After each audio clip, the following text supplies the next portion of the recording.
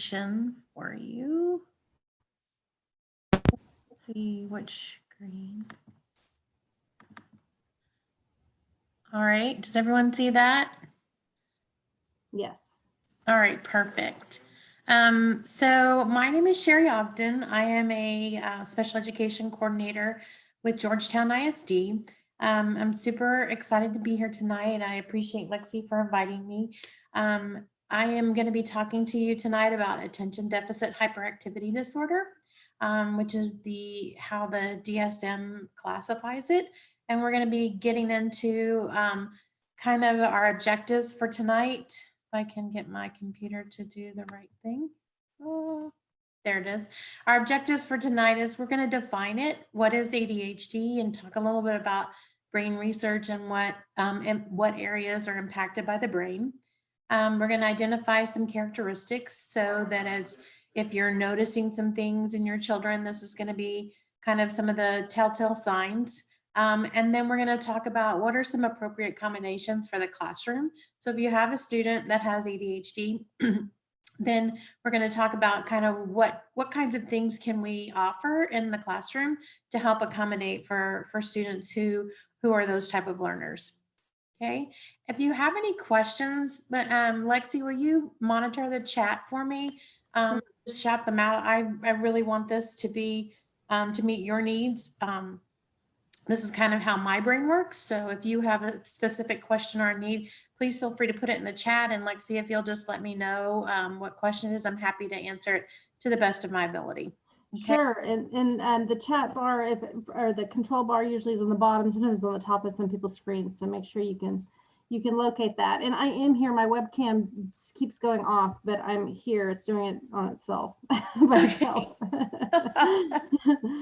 Okay, so we're going to get started by talking about what it is. The ADHD has been classified in many different ways throughout the years. Several years ago, it was ADD, which is attention deficit disorder, and then they had attention deficit disorder, hyperactivity disorder, and then they had ADD with hyperactivity. So the new DSM-5 is basically, they classify it as attention deficit hyperactivity disorder, and it's characterized by a persistent pattern of inattention and or hyperactivity or impulsivity that interferes with functionality or development. So it can be both. When we look at it, the DSM 5 talks about 3 different types. One is the inattentive type, so attention deficit disorder that's kind of characterized as students who have trouble attending to tasks. So you'll see these guys kind of really having a hard time focusing. I used to tell my students when I was a teacher, is it like you're in the classroom, but your brain is like at Six Flags? Those are going to be kind of like our inattentive type, where their brain is working really, really hard. It's moving and thinking really, really fast, but it's not on the task at hand. And then the second one type is the hyperactivity impulsive type. And the hyperactivity impulsive type are those kids that are just always on the move. Those are the kids that are tapping on their legs. They're the kids that are running and jumping. And my nephew is ADHD, and he's now a firefighter. And so he fits that career fits him perfectly, where he has a lot of energy. He can make decisions really quickly. And all of those things are helpful in that career choice. And then there's the combined type. There's the students that have inattentive and hyperactivity. So those are the little more challenging to figure out how to accommodate and how to mold to where they're able to be successful in school. Our inattentive type students, they typically display really poor listening skills, or you think they're not. You think that they're not listening, or you'll say X, Y, and Z, and they're looking at you, and you'll say, go put your things up and come back down for dinner, and then they're looking at you, and then you say, okay, what did I say? And they're like blank, because they look like they are listening to you, but all of a sudden their mind is somewhere else. Sometimes it's characterized by losing and misplacing items needed to complete activities or tasks. Those are the kids that come in, they don't have their pencil, they don't have their paper, they don't, they go to get ready for school and then they come back and they can't find their shoes. So that's kind of a type. Sidetracked by external or unimportant stimuli. So they might be distracted by a ticking sound or something that's happening out the window. Forgets daily activities, or they have a diminished attention span. So these are the guys that sometimes forget where they're supposed to be going, or they lack the attention span to complete an assignment. They lack the ability to complete schoolwork or other assignments, or they avoid any kind of like work that creates a lot of mind engagement. So they tire real easy because their lack of concentration skills. And then sometimes they're characterized as failing to focus on details and making kind of thoughtless, careless errors. Those are the kids in math that'll often come up where they're not paying attention to the sign. So they'll add instead of subtract, or they'll subtract instead of multiply. Sometimes those are the kind of errors that you're seeing. Now, I want you to be really clear when you look at these inattentive types, because I think we can classify a lot of us as having some of these skills. Basically, what we look at is, are these characteristics something that is so pronounced that it's inhibiting their functioning and being successful in their schooling or being successful at home. So we want to make sure that it's not just, oh my gosh, my kid forgot his whatever, he must be ADHD. That's not necessarily. It's that, does he have a pattern of these things? Is it something that's impacting him throughout life, throughout multiple different places, multiple different settings across his life? Okay. The next type is the impulsive hyperactivity type. And these are the kids that are squirmy, they fidget with their hands, they can find anything and kind of the paper clips and rubber bands, and they can fidget with that. They kind of have a marked restlessness that's difficult control. Like, these are the kids that tap on their legs, that tap their foot. They just have a kind of an ability to squirm in their seat. They appear to be driven by a motor. We often call them, they're on the go, right? These are the kids that you're like, gee, I wish I had that kind of energy because I would do so much with it. They sometimes lack the ability to play and engage in leisure activities or in a quiet manner. They're the kids that want to be climbing, running, jumping, those kinds of activities. Sometimes they're incapable of staying seated in class. I laugh so hard. My son, who's now 22 years of age, when he was in fourth grade, he had such an inability to be able to stay seated that his teacher actually taped off a section in the back of the room where he could pace going up and down, because he just really couldn't make himself stay still. It worked out well for him because he ended up being a drummer in high school and he found his little niche, and so everything worked out great. But I think it's those things that we really have to find out what that student is, what drives him, and then channel that energy into that activity. Impulsive symptoms, sometimes it's kids that are difficult to waiting on their turn. They have a hard time. Once a thought comes in their head, they want to blurt it out. And sometimes they just kind of intrude in conversations. Now, again, these are symptoms, or these are activities, or these are kind of characteristics of kids, all kids, right? What we were looking for when we're looking for kids with ADHD or being able to diagnose it is to be able to say, is there a pattern? Is there something that this student is doing over time? And is it intruding in his being able to be successful in school or in life?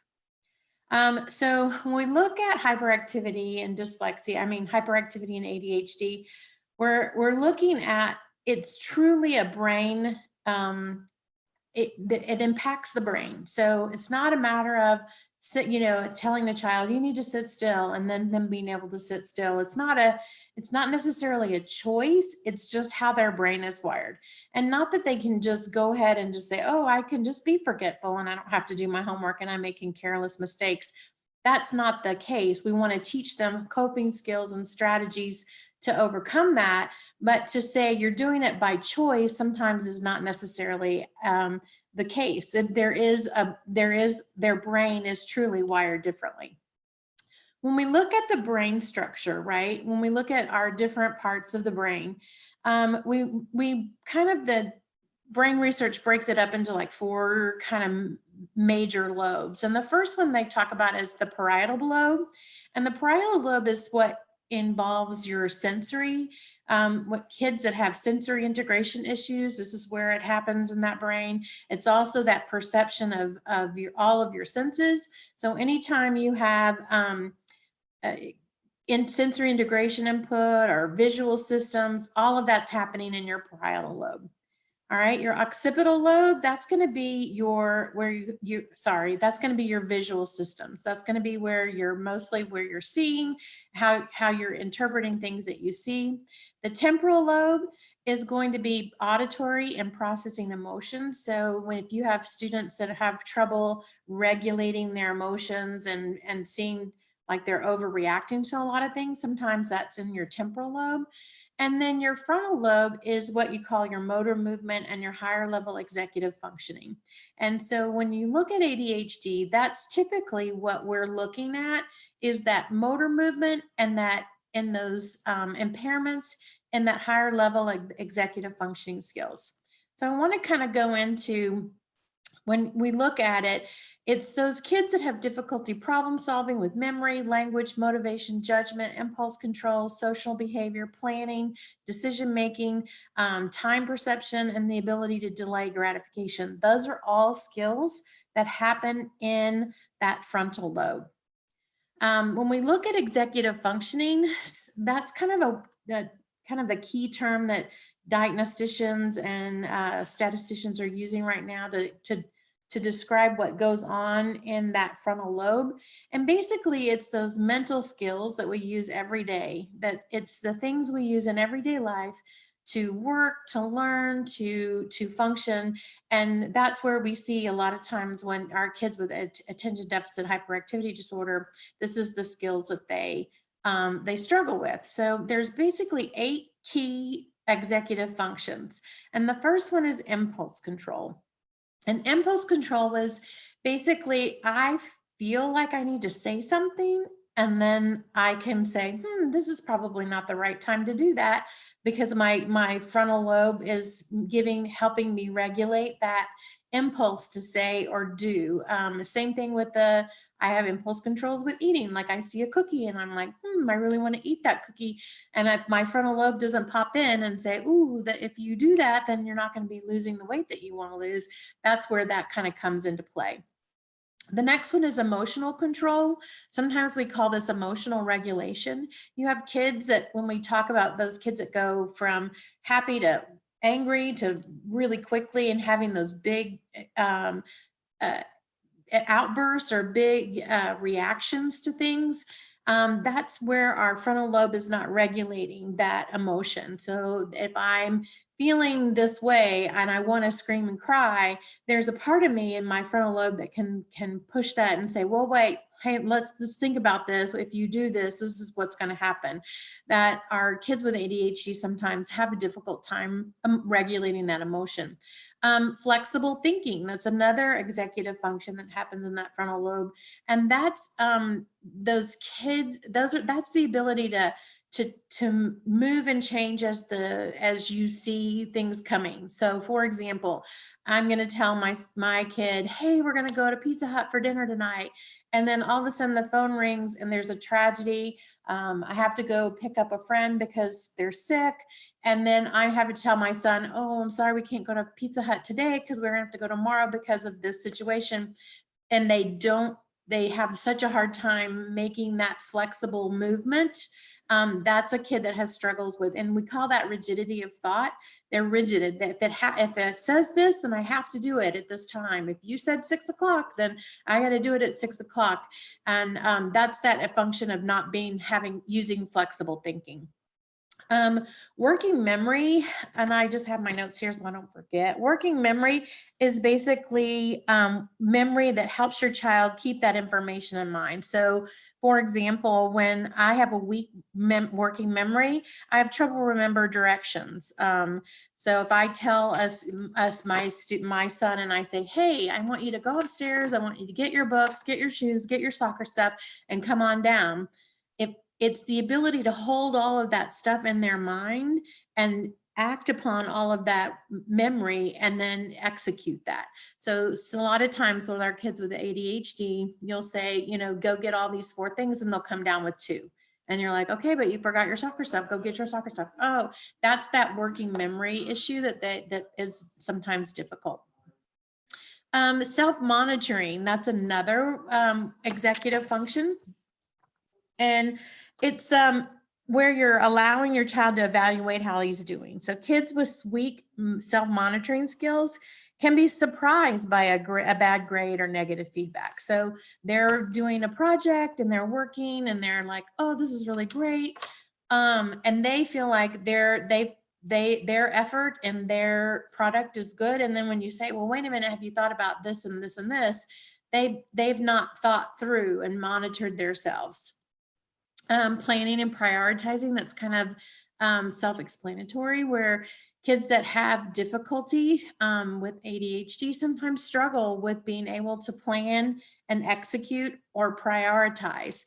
So they'll come in and they'll have homework and they have trouble executing when I'm going to get my homework done and prioritizing what task is to do first. So my son in high school sometimes was difficult when we would actually have to get a planner and say, okay, what's due when, right? So this one's not due until next week. So let's not do this one now, even though that's your favorite subject and it's easy for you to do. I want to make sure that you're thinking through this whole process. Task initiation. Sometimes they struggle with being able to get started on a task and really beginning to sit down and get started. So sometimes you'll see this in terms of like, it's time to get your homework done. And you're like, great. And the kids sit down and they go, oh, I don't have a pencil. And so they hop up and they get a pencil and then they go, oh, I don't have that. And so it's just hard for them to get started on a task. And then the last executive function is organization, the ability to organize your things, organize your thoughts, organize your skills, and being able to complete tasks. So we can see that kids that have that executive functioning problems or struggles with those executive functions, these are skills that are highly valued in the education system, right? Having that impulse control. I think it, but I don't necessarily have to say it. Being flexible to say, oh, we're going to have lunch. Oh, it's raining, so we can't go to recess today. We're going to have to do something different. Having 2 or 3 tasks to do at a time and holding that in memory, especially when we're looking at kids that are doing higher level math, not necessarily higher level math, but even like with division. There's multiple steps that you have to do in order to complete a long division problem. And that takes a lot of working memory. First, I have to look at it and divide, and then I have to subtract, and then I have to multiply. There's just all these steps that I have to hold in my memory in order to do this new skill. So these are things that are really highly valued in the education system. So if your student is struggling with these, you might need to have some accommodations for them, not to necessarily say they don't need to develop that, but how can I give them that little one up to help them? What can I do to help them with that flexible thinking? Do I need to give them a little bit of time for them to process so that I can allow them to be more flexible in their thinking? Or if I have a working memory issue, do I need to write down the steps so that I can have something to look at as I'm working through the problem? Again, these are the same kind of thing, characteristics. They're trouble waiting their turn, emotional turmoil. All of these things are things that if you notice your student doing, or you're noticing your child doing this, that it might be something that you want to have some talk to your physician about. I'm sorry, I thought I heard a question. No? Okay. All right.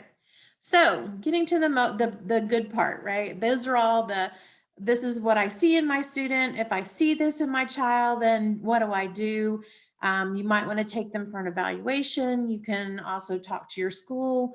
There are lots of things that you can do. So, but what we want to talk about is if your student is showing these characteristics, what do we do about them? We can't just say, oh, they're going to be that way, right? We have to begin to think about what we want to do. And the things that we talk about is teaching and accommodating. How do we teach the new skill? How do we teach that skill that they need? And how do we accommodate for them knowing that they have that issue? Like I said, with dyslexia, some of the accommodations we make is extra time, knowing that student has issues reading and their reading is slower, that we accommodate by giving them extra time. There are certain accommodations that can be made in the classroom to help your student with attention deficit in order to be to achieve more. So one of the books that I love, I've looked at a lot and I've read in terms of being a parent, as well as I've had book studies with teachers on this. It's a book called The Whole Brain Child. And The Whole Brain Child is a book about how students or children develop in their looking at their brain. And it's meant for, if you read it, you can see it's really written for parents of younger children who are like preschool age, kindergarten, first grade age. But I also see that some of our kids with ADHD, some of our kids with emotional regulation problems, this is a great book to pick up and look for your older children as well, because it really helps you understand where things come from. He offers like 12 different strategies in this book, if you are interested. He talks about integrating the right brain and the left brain. So your right brain is more of your emotions and more of your ability to emote, and your left brain is more, or one or the other, I forget which one is which, but the other side of your brain is more of your logical part and your peace. And what he says is what happens with children when they have this emotional response, they are only looking at one, they're only using one side of the brain. And there are strategies that we can help them by understanding, yes, you're in your right side of your brain, you're emoting right now. Now, what do I need to do to help you work through it and then move to your left brain, which is your problem solving, to say, okay, you're having this issue. Now, how are we going to move to this other side of your brain to help you? And so it's pretty interesting. Another big strategy he talks about is the upper brain and the lower brain. So your lower brain is more of your reactive brain. It's the brain that when you're in a car accident, you just move through your emotions, you move through your actions to avoid a car, and you don't really think logically. Your cognitive brain is not engaged. It's that flight, fight, or flee that their body moves into. And so sometimes he talks about strategies that if your child is having an emotional regulation where they're having some major issues, that to help them understand that they're working in their lower brain and not their upper brain. And one of the things he talks about is flipping your lid. And so he says what you teach kids is that you say, when you're in this part, you're in your lower brain, but what we need to do is, yes, understand that that's happening, but before we start to act, we need to engage in our upper brain. And so as kids are having these emotional outbursts or having these things, you can cue them to say, are you flipping your lid? Do we need to put your lid back down? Ways to integrate memory, parts of self, and help them understand how they integrate with others. It's just a really great book. I recommend that you read in order to begin to teach kids some skills in order to help them regulate their brain. The other thing that we can do is once your child becomes school age, we can look at some Section 504 accommodations.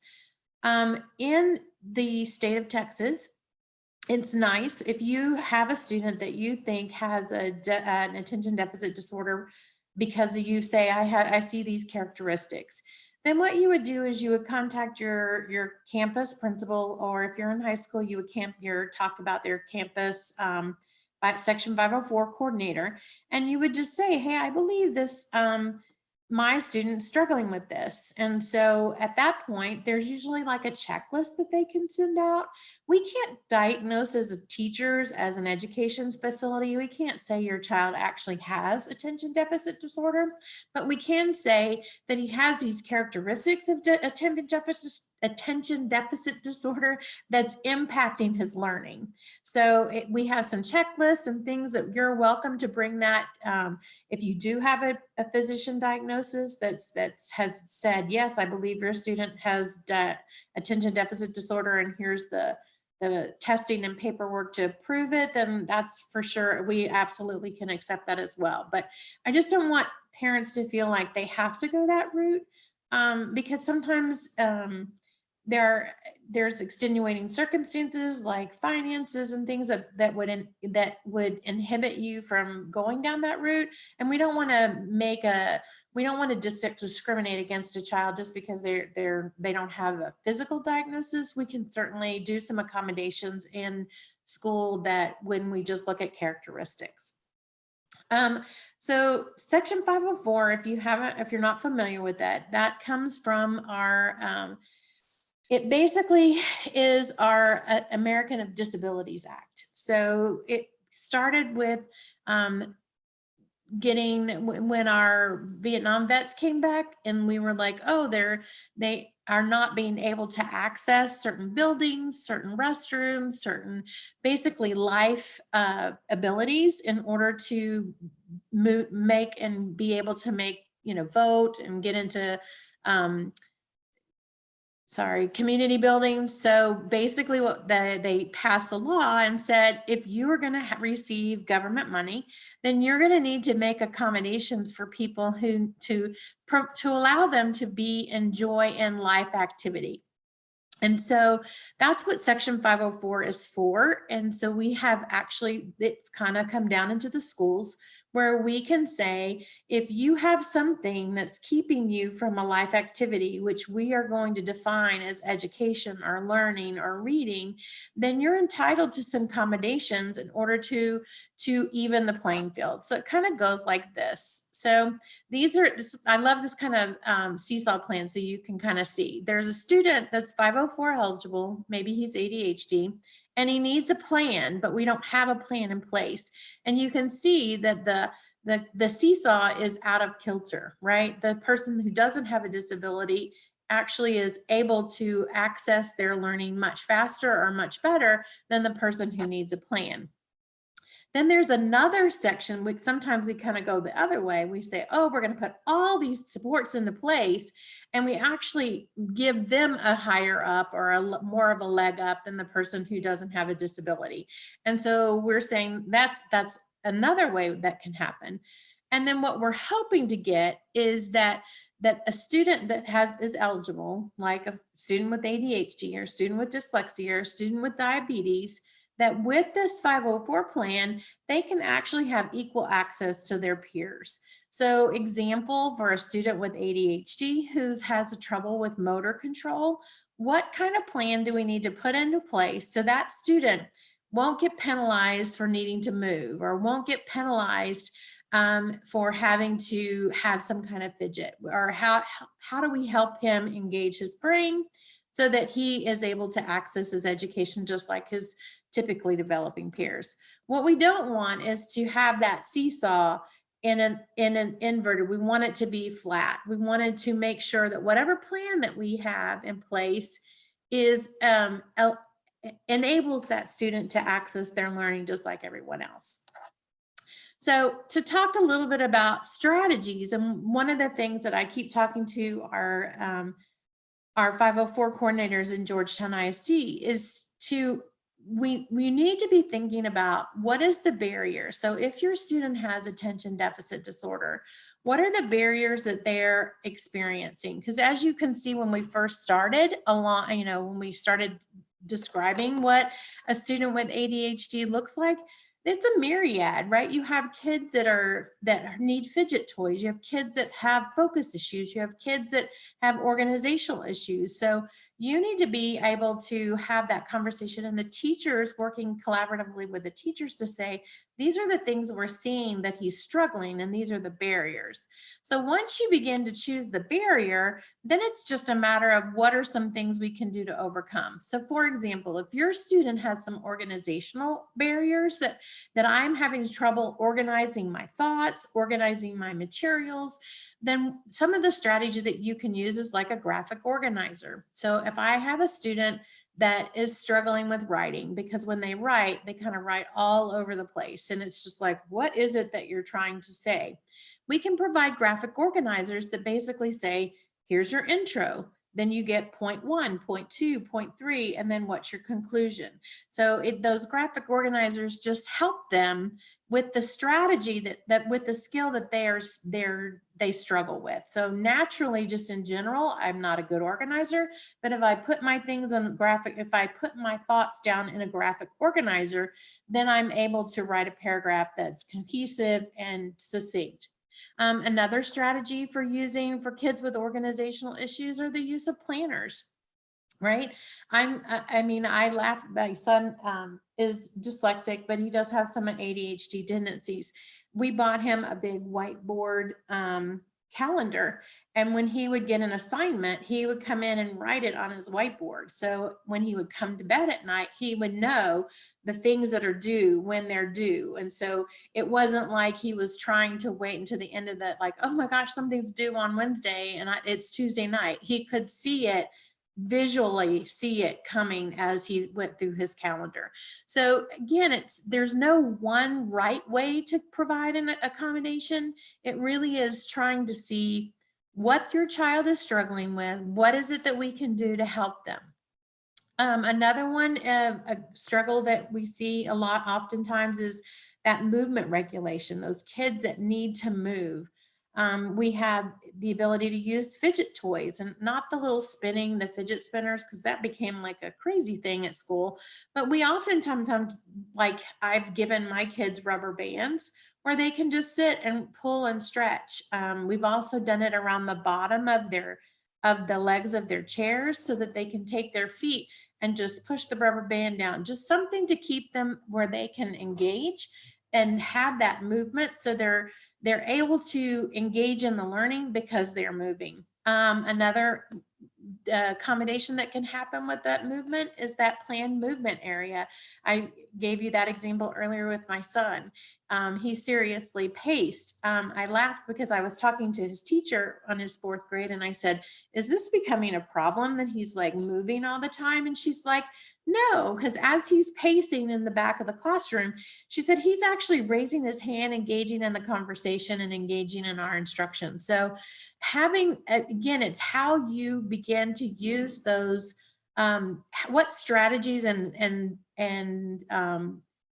things can we use to overcome some barriers. So here's a couple of others, and then we can move on. So another struggle sometimes is task completion. So sometimes our kids with ADHD have really struggles with trying to complete a task. One of the things we use is checklists. So as the student comes in, we've even written task completions on just one assignment. So I used to have sticky notes that said, write your name on the paper, write the date, do your assignment, turn it in, and they would just check it off. Just it gave them a kind of a visual to help them understand what they needed to complete. When my kids were little, I laughed because I used to have a visual in the shower for them, like wash your hair, then wash your face, then wash your hands, wash your feet. Like it just helped them begin to know the things that they needed in order to get the task completed. I'm sorry, I misspelled that word. It's not task competition, but it's task completion. The next one is word chunking of the work, right? So sometimes kids get overwhelmed if you have 20 problems to do. So you chunk the work and you say, do the first 5 and then come check in with me, and then do the next 5 and come check in with me.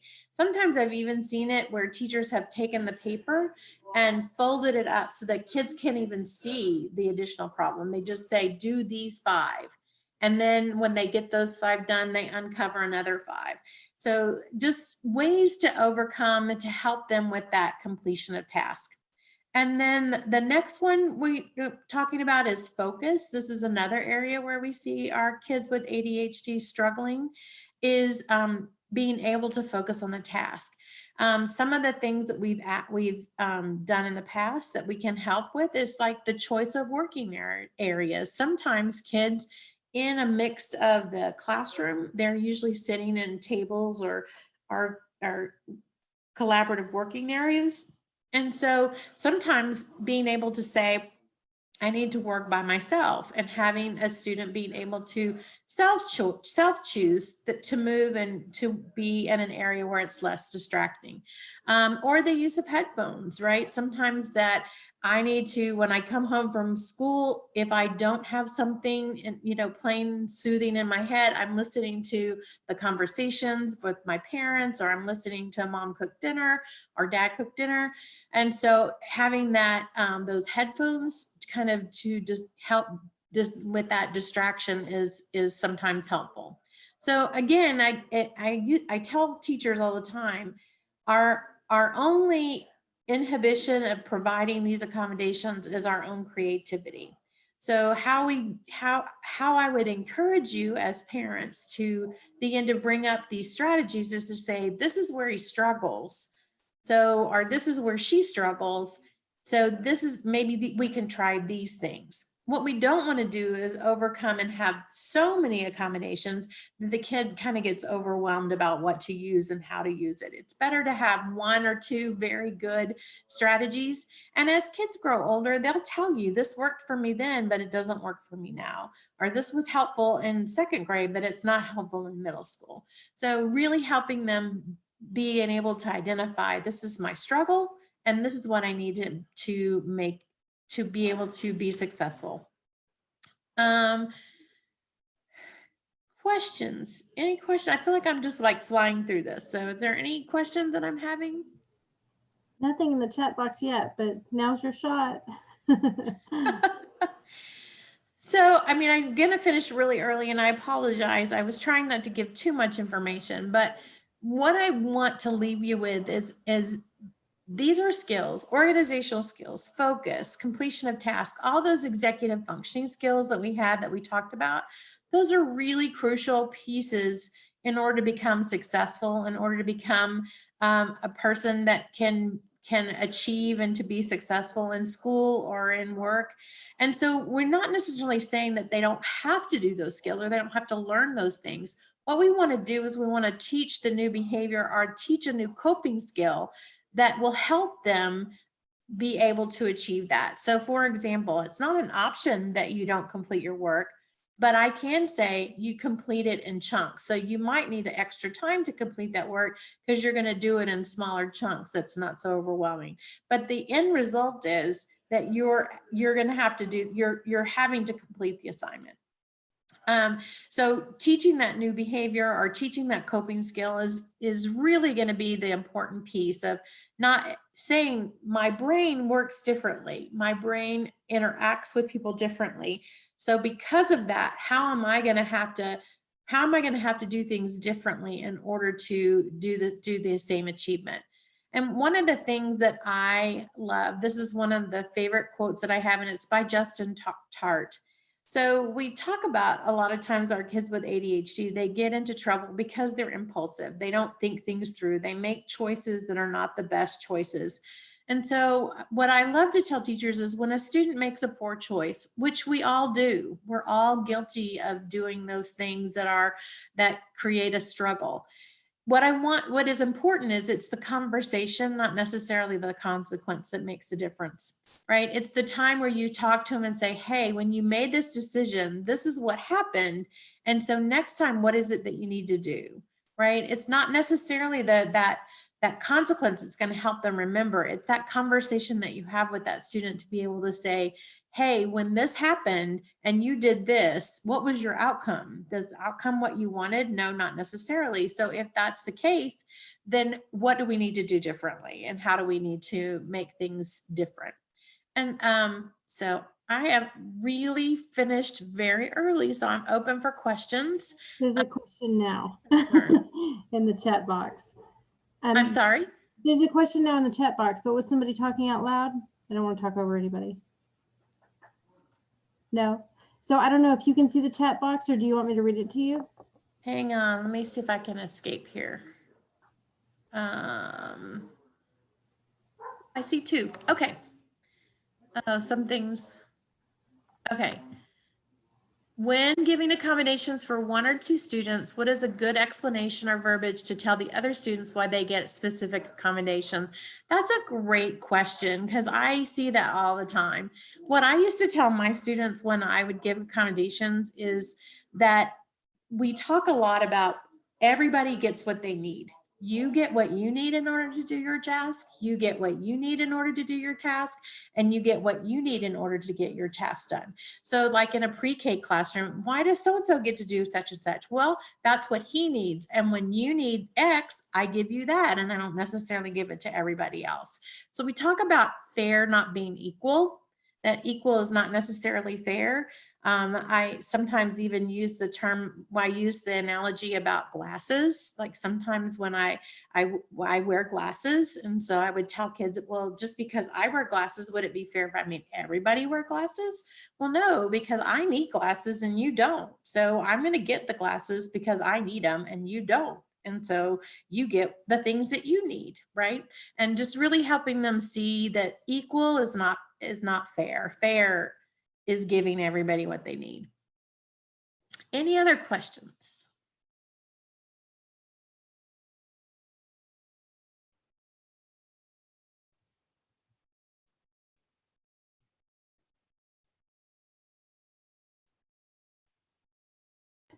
How old are kids usually when they can be diagnosed with ADHD? Like I know we have a lot of preschool teachers here, and so how do you determine what? I mean, that's of course up to the experts, but when do you know it might be, if it might be questionable, or if it, behavior, or if it's just typical?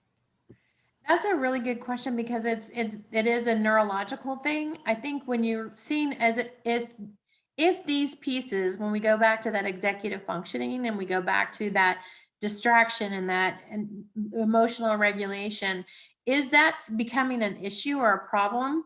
And if I'm teaching new strategies, is it still becoming a problem? So I very rarely like to identify kids young, because I think they're just still trying to develop. But by the time they get to be school age, those are the times where you can begin to say, some things this may be a problem for this student. Thank you. That's very helpful. No, sure.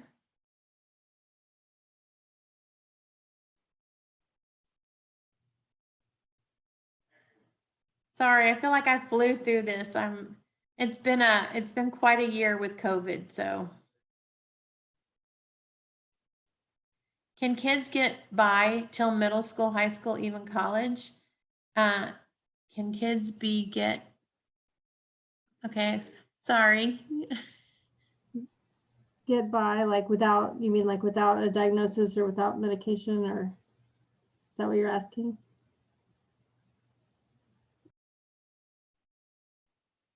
Okay. So yes, absolutely. I think we all have a little bit of attention deficit. My daughter was identified as attention deficit when she was in 5th grade. And she was on medication through middle school, but then by high school, she was like, I really don't like how this is making me feel. And we worked really hard on learning new strategies and learning coping mechanisms that really helped her get through high school and college. And so I think it's just, you have to really look at your own child and look at how it's impacting them and how they're able to gather the skills that they need in order to be successful. Where I struggled and I'll just be completely transparent, when my daughter was in 5th grade, she was really smart, and she would come home and say, Mom, I'm so stupid because I can't pay attention to the teacher. I can't listen to what she's having to say. And so at that point, that kind of cued me as to, I probably need to do some things for her in order to help her feel like I didn't want her to feel like she's lesser than, because her brain was working in a different way. And now we laugh because she's on TikTok and she's 27 and she's super successful. She graduated with a master's by the time she was 23 and is working as a social worker in Fort Worth area. And she sends me TikToks about how kids can, how people with attention deficit kind of can get things done much faster. So I think they can get by. I think it just is a matter of their coping strategies and their coping mechanisms. All right, can I give examples to help a pre-K 5 student cope with their negative emotional outbursts? So I think I would highly, highly, highly recommend you reading the book, The Whole Brain Child. I think that will help you immensely understand. But one of the things the author tells you is kids sometimes, as they're emoting, need for you to hear them. So if they're screaming and crying, I'm sorry, I hear that you're sad. I hear that you're angry. I hear that, and really helping them understand that emotional process. And then once they become calmer, then you can move into that other side of the brain where you're talking about, okay, so what do we need to do about that? So I hear that you're angry because you want to go, I don't know, you want to go to Jump Street and we can't go to Jump Street and you really wanted to go to Jump Street. I hear that you're angry about that. And then as they work through that emotion, to be able to help them go to that other side of the brain. But I really, really think that book, The Whole Brain Child, will really help that a lot, because that book is directly written for that age group of kids.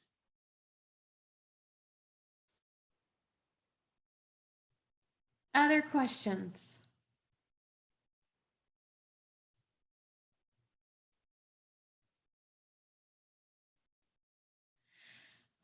The doctor or professional test. So there are all kinds of assessments that can be done.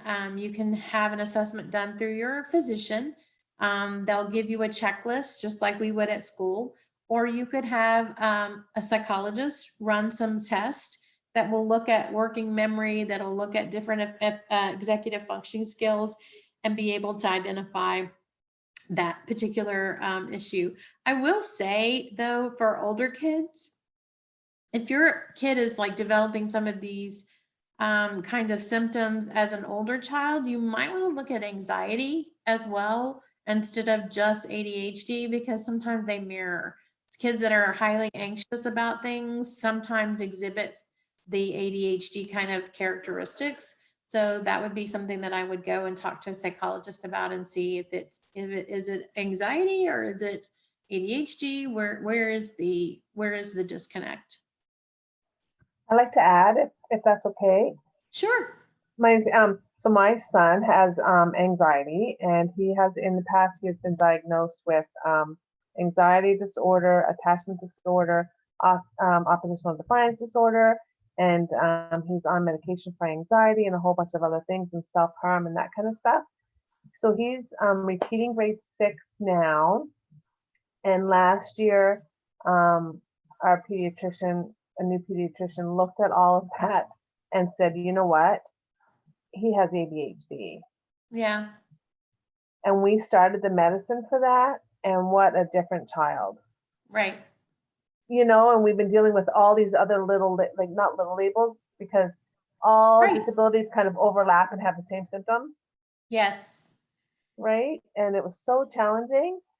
And I asked when we had our assessments, is it ADHD? No, it's not. It's this and that. I'm like, oh my God, are you crazy? It is very difficult, and they do mask. And I will also say sometimes depression will mask itself as like an anxiety kind of thing.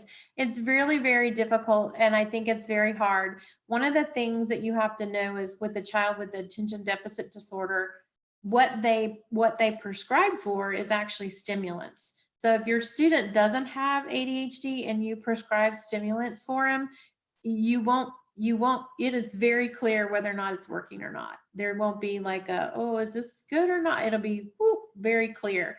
The theory behind that is that the brain needs stimulation that in order to function. So it either moves so fast that they have to have some kind of stimulant to focus it, or the brain, part of the theory a long time ago was that I'm hyperactivity, that I need to move in order to stimulate my brain, that if I give my brain stimulants that I won't have to move my body.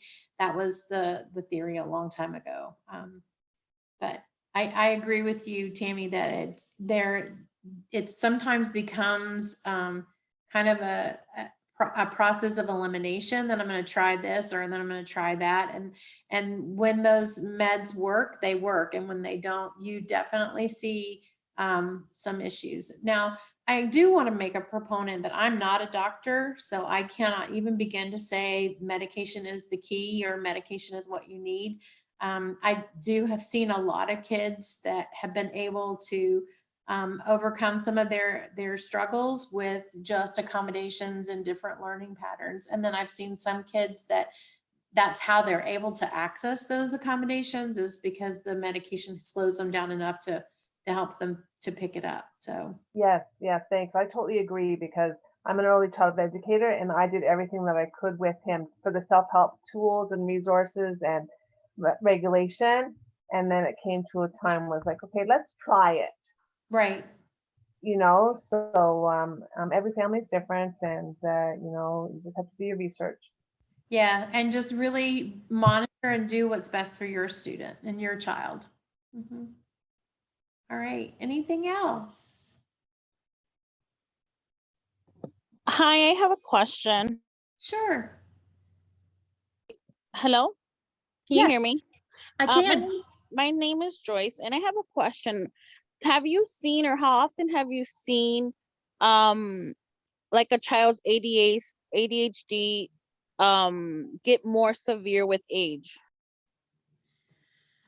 I think I don't know if it's severe if you haven't taught the skills and the coping strategies and you haven't been able to accommodate. Sometimes the frustration, like I was telling you, my daughter who was in 5th grade, she was like, I'm so stupid, and she actually used those words to me, and it would nearly killed me. I think sometimes that it's not necessarily it gets worse, the frustration gets higher. So I think you're going to have to define for me what worse is. And then maybe Yeah, so I'm just asking, like, from my personal experience, my son got diagnosed very early. He was, I think it was like maybe 4 or 5, going into 5. And right now he's 8, and so far we've been doing very well, just with his therapy, with fidgets that he needs, and the school great. making. Hello. Okay, go ahead. I think you went off for a little bit. So he was doing really well with the fidgets. Yeah, so he's still doing very well. I'm just a little concerned, like maybe in the future, if as the grades get more difficult, if what to expect later on. Yeah, I think, well, if you're looking at medication, you're going to always have to monitor that because of the growth, right?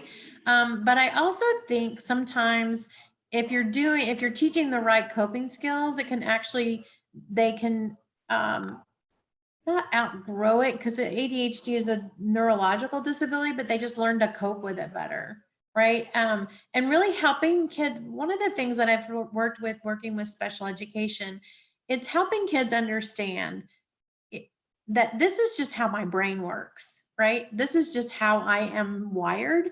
And there's nothing wrong with it, right? There's nothing wrong with me. There's nothing wrong with how I think. In fact, when I get into professions, it might be helpful for me to have this kind of brain that thinks this way. Like my nephew with the firefighter, right? It helps him to be having that ability to be focused in his thoughts and react really quickly and to respond really quickly. That has helped him in his career versus being a hindrance. So I think really helping kids to understand that that's just how I am wired, and I am good at this, and this is where I excel, and this is where I struggle, and I'm going to get accommodations here, and helping them understand that that's how it is. I think where our kids struggle the most is when they get into school and they see everybody else do different things, and they're like, well, that's not how I'm at, or my teacher's always calling me out because I'm always moving. And that struggle of helping them understand that's just who they are, and that's okay. And we're going to help you figure out how to be successful, knowing that this is how your brain works. Thank you. You're welcome. Good luck.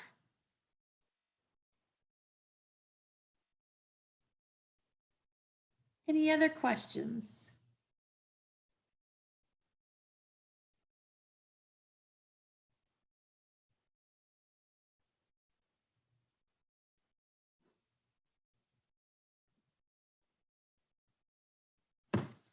All right, Lexi, I don't know if you want to end early or if If nobody else has anything else. questions, then yeah, then that's fine. I just want to make sure that everybody got their questions answered and feels comfortable. It was a great presentation. Thank you. I'm sorry it was so short. No, it was great. Can go and rest. Please, my email is up there. And I don't know if I stopped sharing, but it's Ogden, OGDENS at georgetownisd.org. You're welcome to give me a call and or email me. I am happy to answer any questions. If you call the Georgetown ISD office and ask for me, they'll give you to my extension. I'm happy to answer any phone calls or any emails for you. We're all in this together, and it's exciting for me to be a part of the community to share what I have and listen to where you are and problem solve to make our kids successful.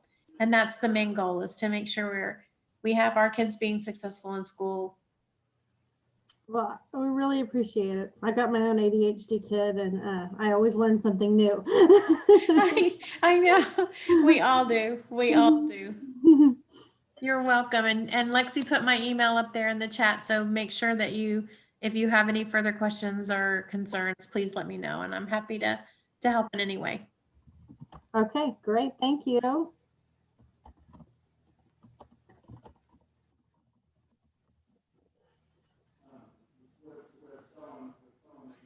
I'll make sure nobody else pops up with a question. I know. I'll hang on until everybody goes away, until everybody lags off. I normally time myself better. I think It's weird online because you don't get questions as you go.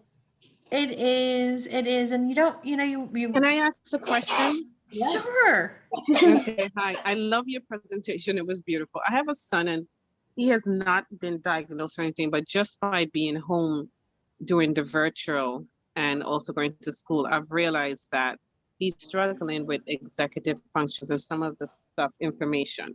I have reached out to his pediatrician, I've taken, and the pediatrician said he's fine, he's just doing, but I've just noticed that while here at home, I've seen some stuff that, I want to try to get him some help with.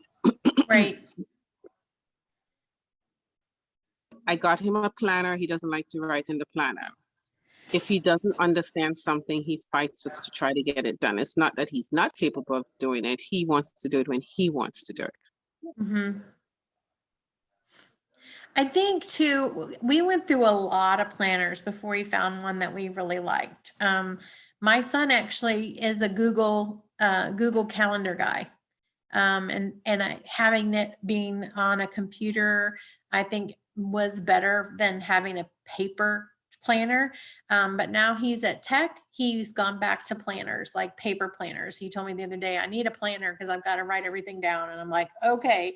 But I think it's a matter of helping him see if planning is a part of his executive functioning that's a struggle for him.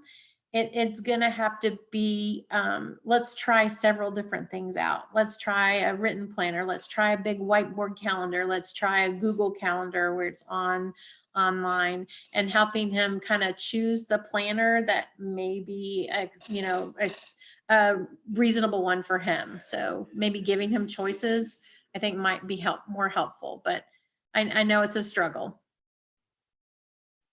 Yeah, because I took him to get diagnosed and the doctor asked me why I brought him. He said, he's fine, but I'm just noticing he's getting ready to he's in 5th grade. He'll be going to middle school in September. And I'm just noticing some stuff as his parent that I'm seeing where I'm doing a lot of yelling and screaming, so I'm trying to figure out, should I take him to speak to someone? It's like you're Right. trying to do the best. Right.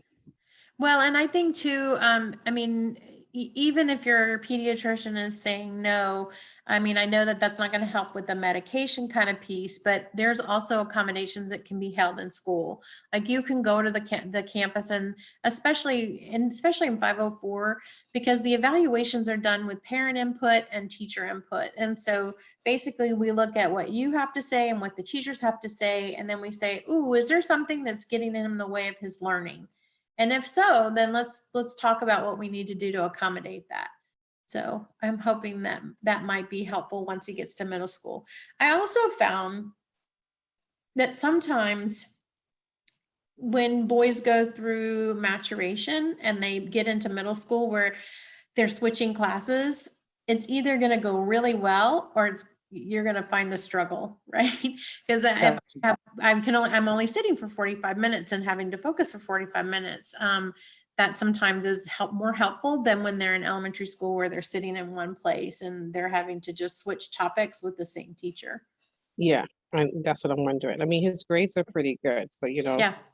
Yeah. that's a plus. He's doing well Yeah. as far, but it's just a constant. You got to do this, you got to do that. Okay, trying to give more breaks because he is sitting from a computer from 8:20 until like 2 o'clock with no I break.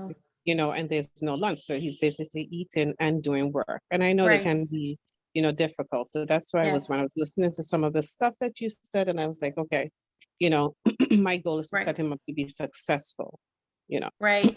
And asking him, like, what is it that you need in order to get this? Like, if it's a fight to get things done, say, these are the things that need to get done. How do we need to, what do I need to do in order to help you get these things done? Because I need to get it done. I need you to get it done. And I need not to be in a yelling match with you. So what is it how do we need to do it? And it may be, I laughed because I had the same conversation with my son.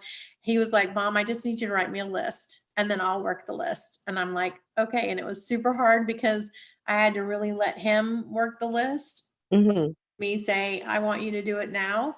Or if there were things that had to be done now, I would just say, I need you to get this done now. And, we had a lot of conversation. I had to teach him, like at some point, he would be watching television and I would say, hey, I need you to go bring me your dirty clothes or whatever it is. And he would like throw this huge fit, like, you're always asking me. I'm like, back at him. So it came down to the point where I had to teach him how to say, Mom, do you need me to do this right now? Or can I wait until after the show is over? Like, so I had to really help him with the language, right? To help him negotiate where I could say, no, I really need this now because I'm going to leave and I need to start this load of laundry. Or no, sure, you can wait till after whatever crazy show you're watching. And I'm happy to do, bring it down whenever. Just helping him learn to negotiate that was helpful for our family, if that helps. Okay. Yeah, it does. Okay. Thank you for taking this You're extra time. I welcome. truly appreciate it. And I have your Sure. email. So if I have any further questions, I will definitely what did you, besides that, what else did you find now that we have this new virtual world, because he's doing half and half where he's in 2 days, home 3. What do you find that's, helpful as a teacher to help guide them on, because I know each child is different. Yes. You mean in the virtual world? Yes. I have found that it's difficult and I'm not sure I'm the expert. We were thrown into this COVID situation as teachers not really knowing how to teach virtually. So we're still learning. I think one of the things that has helped some of our children are schedules. We've made a lot of our kids' schedules of like in the morning, wake up and eat breakfast. And then 8:15, I want you to log onto this show or this Google Meet or Zoom meeting. And then from 9 to 11, you have to do these things in whichever order you want to do them, right? So it's kind of like a choice. There are certain times that they have to, just creating that schedule kind of helps them maneuver this world. And taking breaks from the devices. We know it's not good for kids on devices all this time, and we are forced to. So device breaks. Oh, yes, I've noticed I'm trying to do that, give breaks in between to help, because he's sitting down in front of a computer from 8 until 2. Yeah, it's super hard. And so Yeah. really beginning to say, going back to what we talked about, what are the barriers? What are the struggles? And then what do we need to do to overcome whatever it is? Like how Got to you. maneuver that. Mhm. Okay.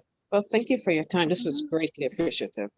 You're Yeah. welcome. And I are you gonna Very send? challenging for teachers today. Yes, it is. I work with the dyslexia teachers at Georgetown ISD, and they are,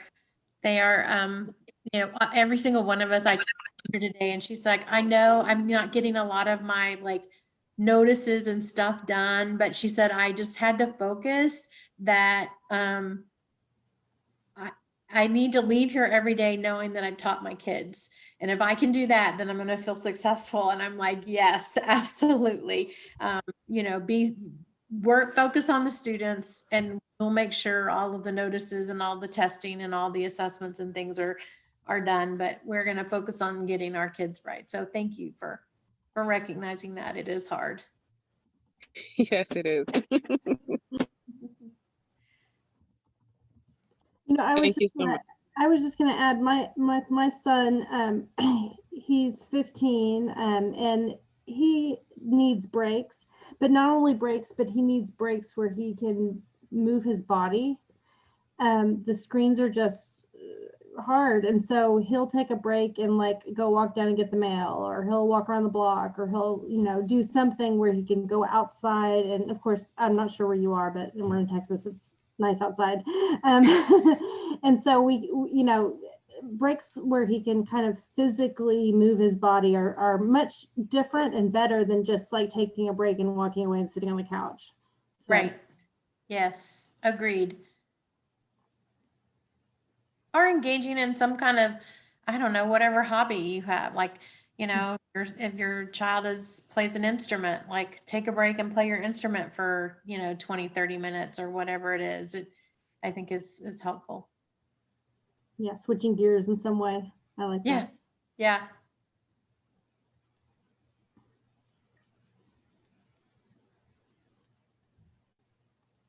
Any other questions or comments?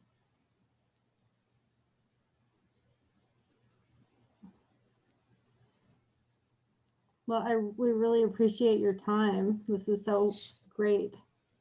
Sure. Anytime. We're all in this together. Thank you so much for inviting me. Well, thank you. And thank you all for sticking around till the very end. And if you think of anything, I know that Sherry's totally willing to answer questions. And as always, you can reach us at registration@georgetownproject.org if you need us. So, all right. Well, I'm going to close out unless anybody speak now. Forever hold your peace. Okay. Well, thanks so much, Sherry. Have a good night. Sure. Thanks. Thanks, Lexi. All right. Bye.